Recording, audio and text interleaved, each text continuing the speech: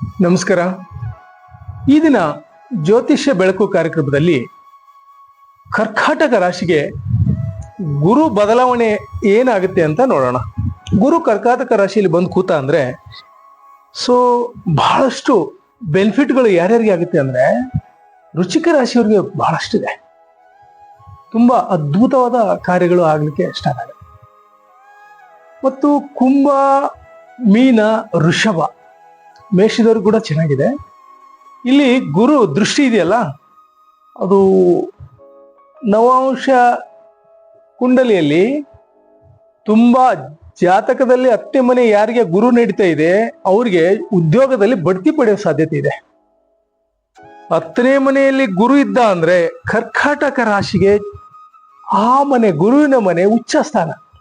ಅಲ್ಲಿ ಗುರು ಕೆಲವೊಂದು ಅದ್ಭುತವಾದ ಉನ್ನತ ಹುದ್ದೆಗಳನ್ನ ಕೊಟ್ಬಿಡ್ತಾನೆ.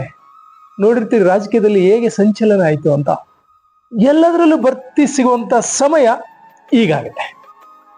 ಗುರು ಅಷ್ಟೊಂದು ಉಚ್ಚ ಸ್ಥಾನದಲ್ಲಿ ಕೂತಿರೋದ್ರಿಂದ ವೃಶ್ಚಿಕ ರಾಶಿಯವರಿಗೆ ವಿವಾಹ ಯೋಗ ಇದೆ.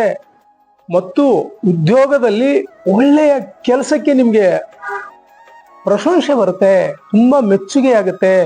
ಮತ್ತು ಹೆಸರನ್ನ ಕೀರ್ತಿವಂತರಾಗ್ತೀರಿ ನೀವು. ಈ ಒಂದು ವರ್ಷ ತುಂಬಾ ಒಳ್ಳೇದಿದೆ ವೃಶ್ಚಿಕ ರಾಶಿಯವರಿಗೆ.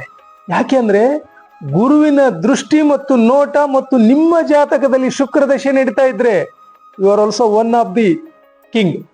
ಅಷ್ಟು ಅದ್ಭುತವಾಗಿದೆ. ಮತ್ತು ಗುರು ದಶೆ ನಡೀತಾ ಇದ್ರೆ ವೃಶ್ಚಿಕ ರಾಶಿಯವರಿಗೆ ಇನ್ನೂ ಅದ್ಭುತ. ಗುರು ರಾಶಿಯಲ್ಲಿ ಗುರು ದಶೆ ನಡೀತಾ ಇದೆ, ದೃಷ್ಟಿ ಚೆನ್ನಾಗಿದೆ, ಶುಕ್ರ ದಶೆ ನಡೀತಾ ಇದೆ, ಬುಧ ದಶೆ ನಡೀತಾ ಇದೆ. ಅದ್ಭುತ ಜ್ಞಾನಕಾರಕ ಯೋಗ ವೃಶ್ಚಿಕ ರಾಶಿಯವರಿಗೆ. ಹೀಗಾಗಿ ಎಲ್ಲರಿಗೂ ತುಂಬಾ ಒಂದು 5 ರಾಶಿಯವರಿಗೆ ಅದ್ಭುತವಾದ ಕೆಲಸಗಳು, ಕಾರ್ಯಗಳು ಯಶಸ್ವಿಯಾಗುತ್ತೆ. ನೀವು ಏನ್ ಮಾಡಿ ಅಂದ್ರೆ ಪಾಸಿಟಿವ್ ಅಫರ್ಮೇಶನ್. ಮೀನ್ಸ್ ಈ ಯೂನಿವರ್ಸ್ಗೆ ನೀವು ನನಗೆ ಇದು ಒಳಿತಾಗಿದೆ ಅನ್ನೋ ಭಾವವನ್ನು ವ್ಯಕ್ತಪಡಿಸಿ. ಆಗ ಗುರು ಶಾಂತ ರೀತಿಯಿಂದ ನೆಮ್ಮದಿಯನ್ನು ಕೊಡ್ತಾನೆ. ಗುರುವಿನ ಕಾರ್ಯ ಮುಂದೆ ನೆಮ್ಮದಿ, ಶಾಂತತೆ ಮತ್ತು ಎಲ್ಲದಕ್ಕಿಂತ ಹೆಚ್ಚಿಗೆ ನಿಮ್ಗೆ ಏನ್ ಸಿಗ್ಬೇಕಾಗಿದೆಯಲ್ಲ ಸಿಕ್ಕಂತ ಭಾವನೆಯನ್ನ ಗುರು ನಿಮ್ಗೆ ಕೊಟ್ಟೋಗ್ತಾನೆ. ಅಷ್ಟೊಂದು ಪ್ರಬಲವಾಗಿರ್ತಕ್ಕಂಥ ಗುರು ಪ್ರತಿಯೊಂದು ಕಾರ್ಯದಲ್ಲಿ ಕೂಡ ನಿಮ್ಗೆ ಯಶಸ್ವಿಯನ್ನ ಮುನ್ನಡೆಸುವಂತ ಸ್ಥಿತಿ ನಿರ್ಮಾಣ ಆಗಿದೆ. ಹೀಗಾಗಿ ಜಾತಕದಲ್ಲಿ ಯಾರ್ಯಾರು ನವಾಂಶ ಕುಂಡಲಿಯಲ್ಲಿ ಗುರು ಎಲ್ಲಿದ್ದಾನೋ ನೋಡ್ಕೊಂಡ್ರೆ ಖಂಡಿತವಾಗಿಯೂ ನಿಮ್ಮ ಗುರುವಿನ ಫಲ ಇಷ್ಟು ತಿಂಗಳಲ್ಲೇ ಇಷ್ಟೇ ಒಳ್ಳೆ ಕಾರ್ಯ ಆಗುತ್ತೆ ಅಂತ ನಿಖರವಾಗಿ ಹೇಳಬಲ್ವಿ.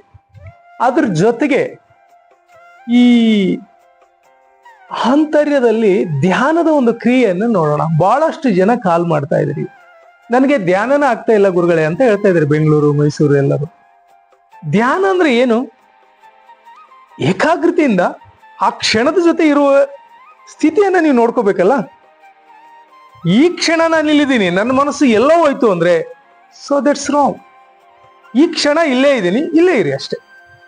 ಧ್ಯಾನ ಕೂತಾಗೂ ಕೂಡ ನಿಮ್ಮ ಮನಸ್ಸು ಎಲ್ಲೆಲ್ಲ ಹೋದ್ರೆ ತಾಸುಗಟ್ಟಲೆ ಟೈಮ್ ವೇಸ್ಟ್ ಮಾಡ್ತಾ ಇದ್ದೀರಿ ನೀವೆಲ್ಲ. ಅದು ಧ್ಯಾನದ ಸ್ಥಿತಿ ಅಲ್ಲ. ಆ ಕ್ಷಣದಲ್ಲಿ ನೀವು ಇದ್ದೀರಿ ಅಂದ್ರೆ ಪ್ರತಿ ಕ್ಷಣ ಬರೋ ಥಾಟ್ಸ್ ಗಳನ್ನ, ನೆಗೆಟಿವ್ ವೇವ್ಸ್ ಗಳನ್ನ ಆ ಕ್ಷಣ ಕಟ್ ಮಾಡಿ ಹಾಕ್ಬೇಕು.